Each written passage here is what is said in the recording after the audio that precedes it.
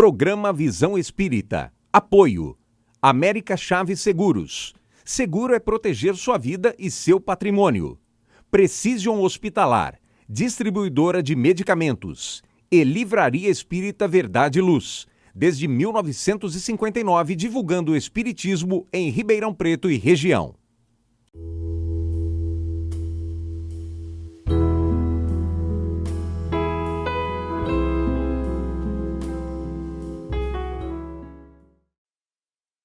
O programa Visão Espírita pede licença para entrar no seu lar e levar-lhe uma mensagem de fé, de otimismo e de esperança. O programa Visão Espírita tem a grata alegria de receber hoje José Eurípides, da cidade de Igarapava, colaborador e participante do Centro Espírita Luz, Caridade e Amor de Igarapava, orador, fundador de um trabalho maravilhoso que é o Lar Escola Alvorada Nova, administrador de empresa aposentado, com experiências e vivências internacionais, morou na Colômbia, no Uruguai, e é cofundador da Federação Espírita do Uruguai. José Eurípides Garcia, bem-vindo ao programa Visão Espírita, é uma alegria em recebê-lo. É uma alegria toda nossa, um prazer imenso estar aqui neste momento. É pela primeira vez que estamos participando do programa. Agradeço imensamente o convite e espero, de alguma forma, colaborar, dentro das minhas limitações, com o programa. Que Jesus nos ampare e nos abençoe nesta oportunidade. José Eurípides Garcia, o Espiritismo tem uma total vivência e identidade com o Evangelho de Jesus, que são os nossos preceitos morais. Em Lucas, capítulo 18, item 25, aspas, há a seguinte citação: é mais fácil o camelo passar por fundo de uma agulha que um rico entrar no reino de Deus. Isto também está no Evangelho de Marcos, né? Capítulo 10, versículo 25. José Eurípides, como entendermos, como definir riqueza material na atualidade? E vamos, para responder essa questão, vamos voltar a Jesus na sua mensagem, quando ele diz, faz a figura um camelo passar pelo buraco de uma agulha, né? Que um rico entrar no reino dos céus. Ora, Jesus era um psicólogo, um pedagogo de primeiríssima plana, né? Quando ele usa palavras curtas, frases curtas e exemplos marcantes. Todos conheciam naquela região o camelo, porque o camelo era um animal de maior importância para a sobrevivência do homem naquela época e naquela região. Então, Jesus usa esse exemplo e usa o exemplo da agulha, ou seja, o camelo, um animal grande, passar pelo buraco de uma agulha. Toda riqueza ela é dada ao homem para que ela seja utilizada a favor dos homens, não só daquele que a possui, mas também daqueles outros que o cercam, que estão em seu entorno. Muitas vezes nós vimos pessoas que, baseadas nessa afirmação de Jesus, acham que um rico, porque ele tem as benesses da terra, ele estaria condenado ao inferno, quando na verdade não é nada disso. Imaginou um mundo sem riquezas? O mundo não caminharia. O mundo precisa caminhar.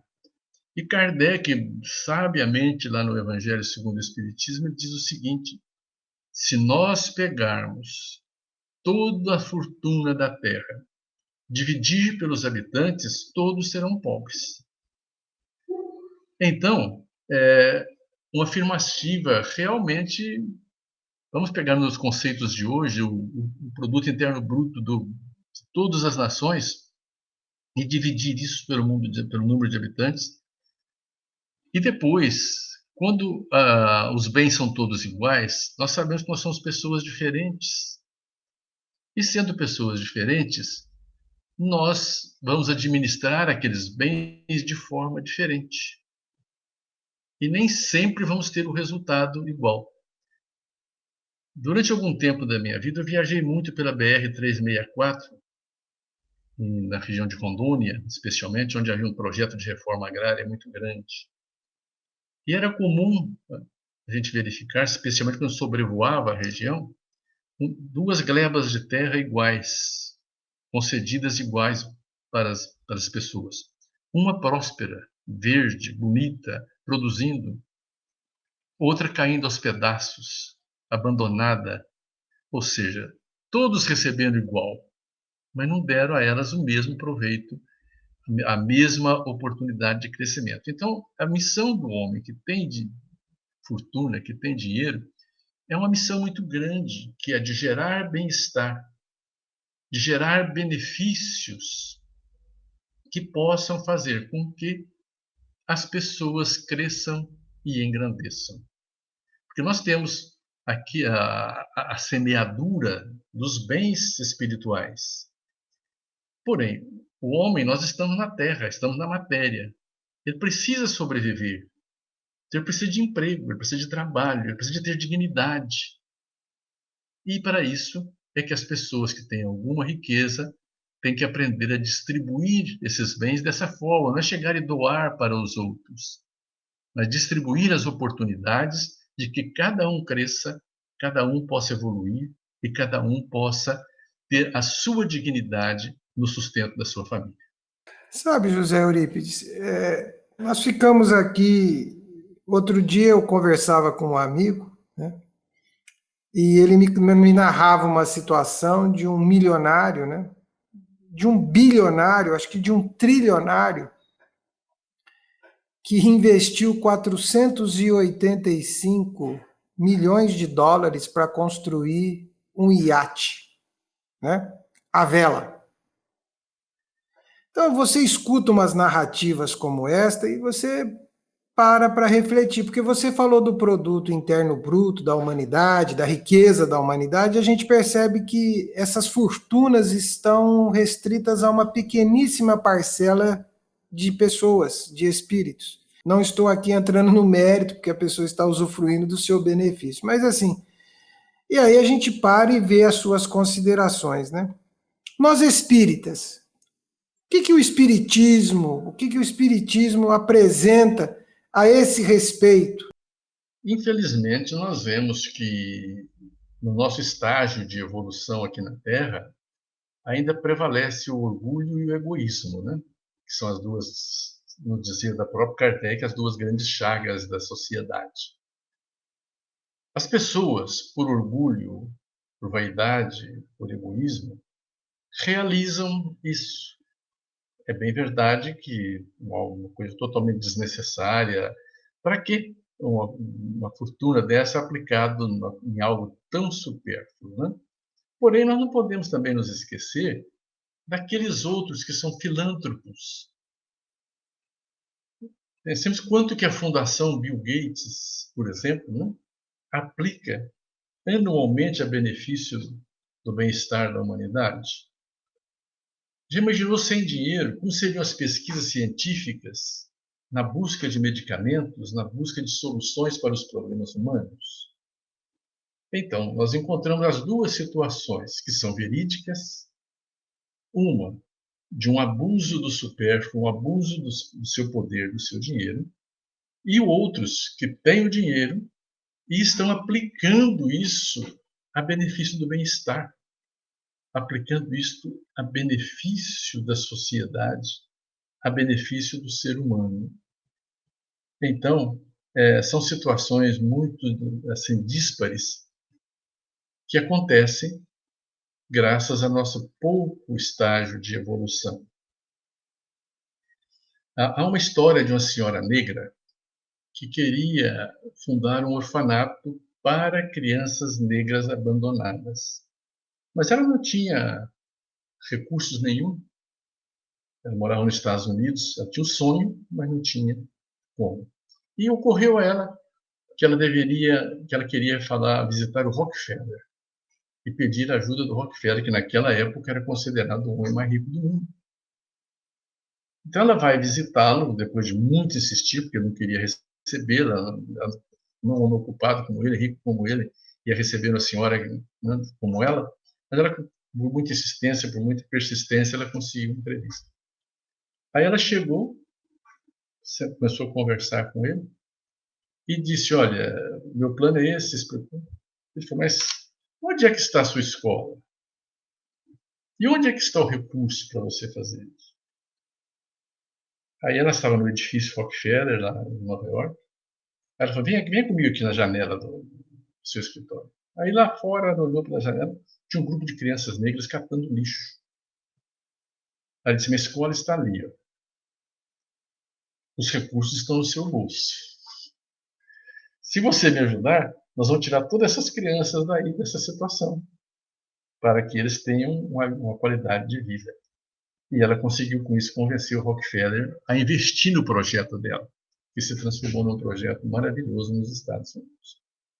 Então, tudo depende do uso que você dá ao dinheiro. Nós que somos espíritas sabemos perfeitamente que você vai recolher aquilo que você plantou. Quem abusa da posse, quem tem os bens e não se utiliza dele para o bem geral, mas simplesmente para satisfazer a sua vaidade, o seu orgulho, vai pagar, vai ter as consequências desse fato. Porque ele não veio para a Terra para construir um iate desse porte. Ele veio para a Terra para ter bens, para fazer aqueles bens gerassem oportunidade para que as pessoas pudessem trabalhar, pudessem pesquisar, pudessem fazer o progresso da humanidade. Essa consequência, ele vai colher esse fruto mais tarde, em uma encarnação futura.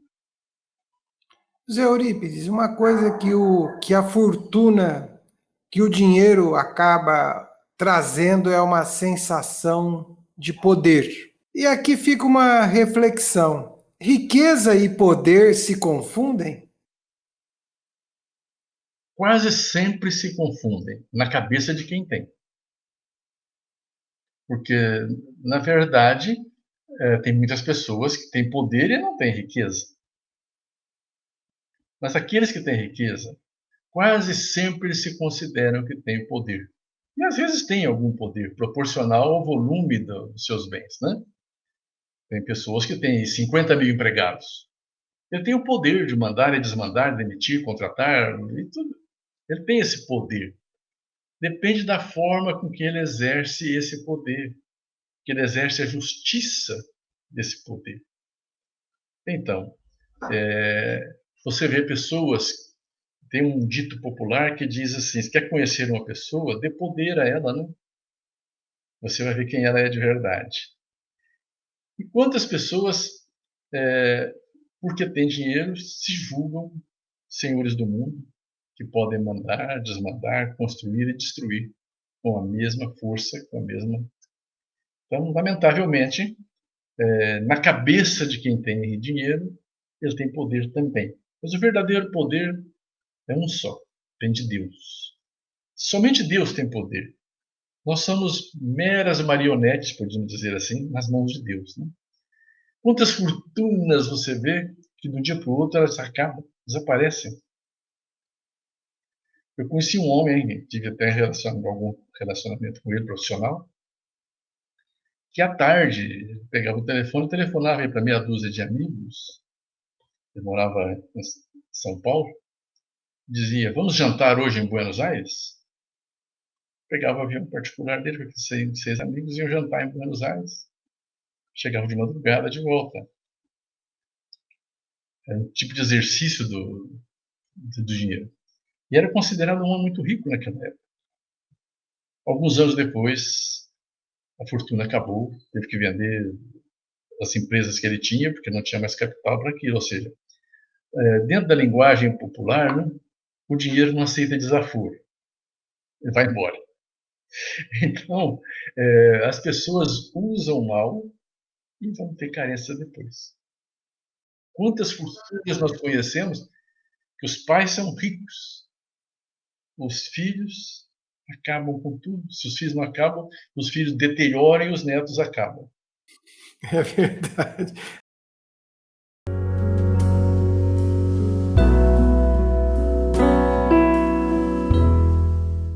Programa Visão Espírita. Apoio. América Chaves Seguros. Seguro é proteger sua vida e seu patrimônio. Precision Hospitalar. Distribuidora de medicamentos. E Livraria Espírita Verdade e Luz. Desde 1959, divulgando o espiritismo em Ribeirão Preto e região.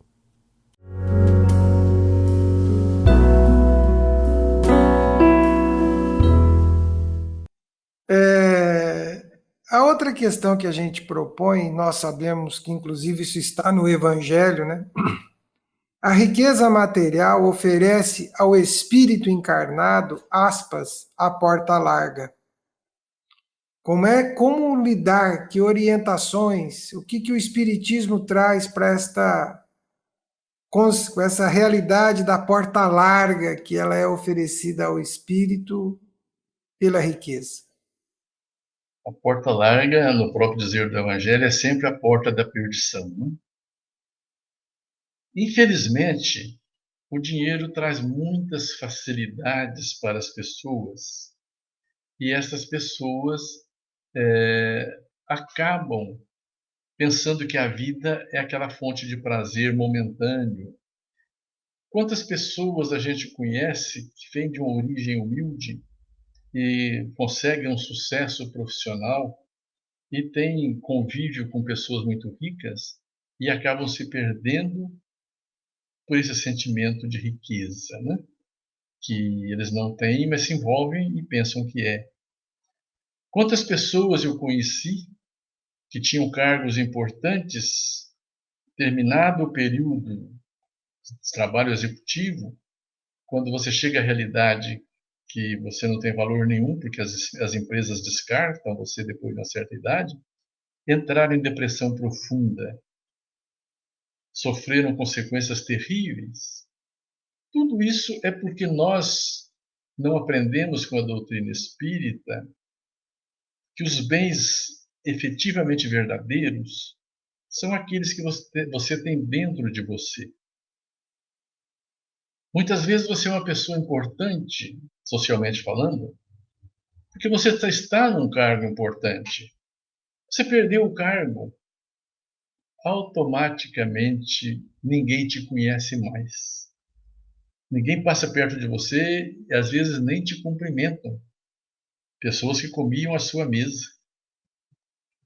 Então, essa ilusão da vida material, a doutrina espírita é muito, muito instrutiva, muito clara, né? Tudo na vida tem um objetivo. E o objetivo real é o seu crescimento espiritual.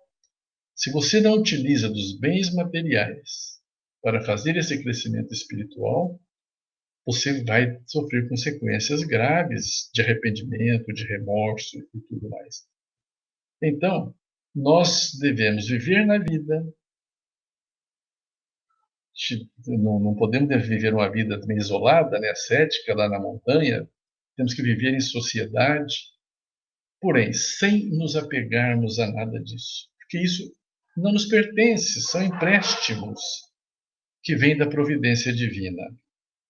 Muitas vezes, nós encontramos nas nossas reuniões de desobsessão espíritos que vêm extremamente magoados, sofridos com os filhos, muitas vezes até mataram o pai antes da hora para poder se apossar mais rapidamente da fortuna. E a gente pergunta para eles, mas meu amigo, você não ia levar nada de qualquer forma. Somente anteciparam este acontecimento, né? É que nós pensamos que as coisas são nossas e não nada neste mundo é nosso. Nada do que é material nos pertence.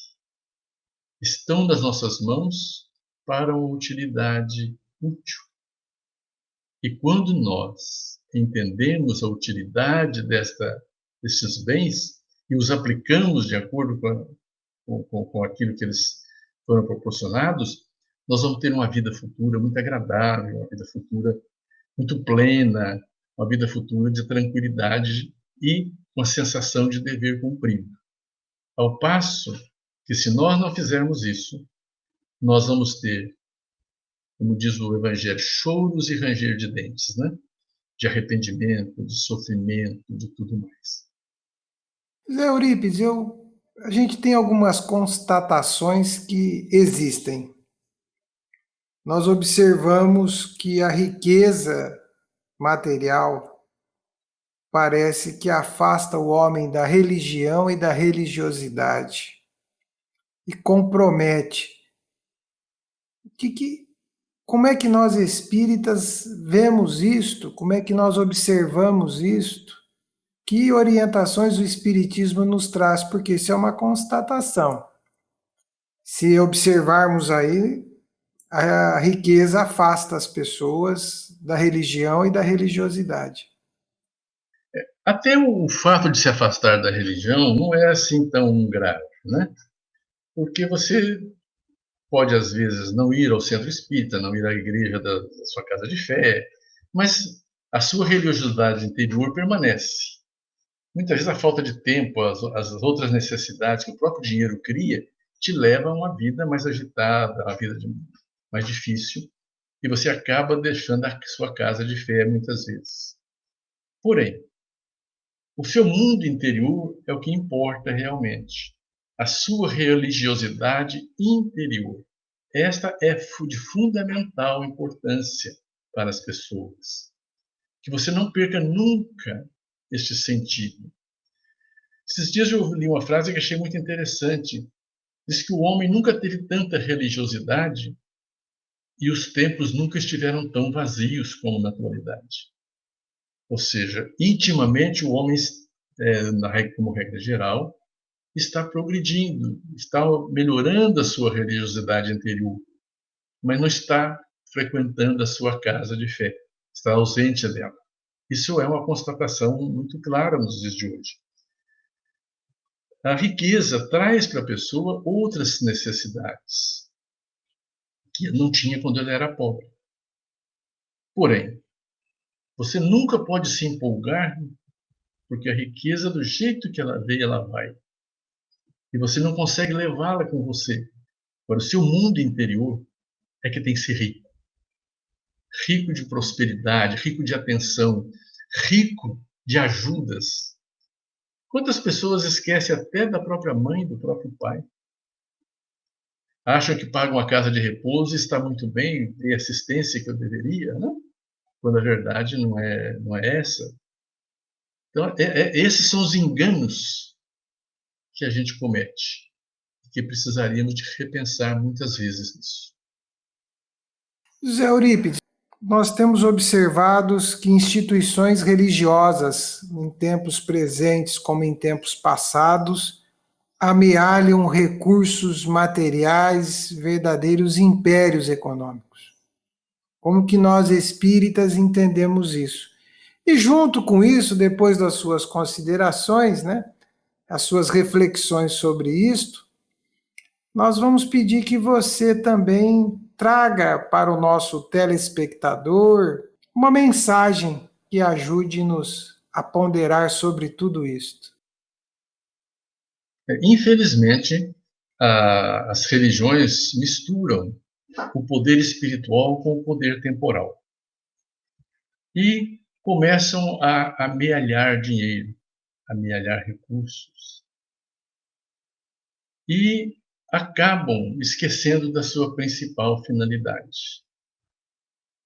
Isso é muito comum nos dias atuais, já foi no passado e continua atualizado essa situação.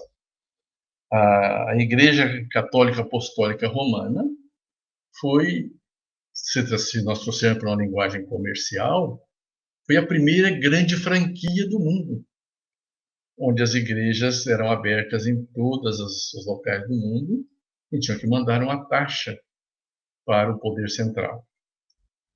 Quantas vezes nós vemos a igreja entrar em guerras para defender, entre aspas, as regiões, as situações, tudo aquilo do Cristo. Mas aí surge aquela figura maravilhosa lá do Francisco de Assis, né? que vem e abandona toda a sua fortuna para poder estar numa outra circunstância, numa outra situação. Infelizmente, nós temos que considerar que hoje os fiéis das igrejas não pensam no coletivo, pensam no individual. Quantas pessoas fazem aportes para as igrejas para poder aparecer na foto, aparecer na manchete, aparecer perante os seus irmãos que ele é uma pessoa boa, que está doando para a igreja? Agora, para que uma igreja precisa de dinheiro? Nós precisamos, logicamente, de ter o necessário para você fazer a divulgação, manter a conservação dos seus prédios, manter um relativo conforto para os seus frequentadores. Isso você não faz também sem dinheiro, é lógico. Mas tudo deve ser limitado para que não haja uma exploração comercial da igreja. O que, infelizmente, hoje nós vemos, poderíamos citar exemplos inúmeros disso, né? Então, nós gostaríamos de deixar aqui uma mensagem final para este tema, que é o seguinte: a verdadeira riqueza está dentro de você. Você é rico ou é pobre, de acordo com aquilo que está na sua cabeça, no seu sentimento. O verdadeiramente pobre é aquele que deseja mais do que tem. Este é verdadeiramente pobre, que não se contenta nunca com o que ele tem, quer sempre mais, mais, mais e mais. Então, isso é uma situação realmente muito difícil, muito complicada. Então, você procure enriquecer-se interiormente, adquira bens que não são alienáveis, ou seja, bens interiores, que, como dizia Jesus, a ferrugem não corrói, a traça não rompe. Estes são os verdadeiros bens. Coloque o seu tesouro no céu. Jesus já nos ensinava isso há mais de 2000 anos. E nós, infelizmente, não aprendemos até hoje. Porém, enriqueça-se interiormente. Distribua o sorriso, distribua o afago, a gentileza, a colaboração. E as pessoas que fazem isso são verdadeiramente ricas, porque promovem sorrisos, promovem bem-estar, promovem alegria. Esta é a verdadeira pessoa rica. Muito obrigado, José Eurípides, por esse papo brando, tranquilo, sereno. O Visão Espírita agradece pela sua disposição e se sente feliz com a sua presença. Amigo telespectador e amigo ouvinte, muita paz, e o mundo precisa de paz. E lembre-se, a paz começa primeiro dentro de cada um de nós, em nosso lar, e reverbera onde estamos. Que cada um possa ser exemplo de paz. Até o nosso próximo programa Visão Espírita.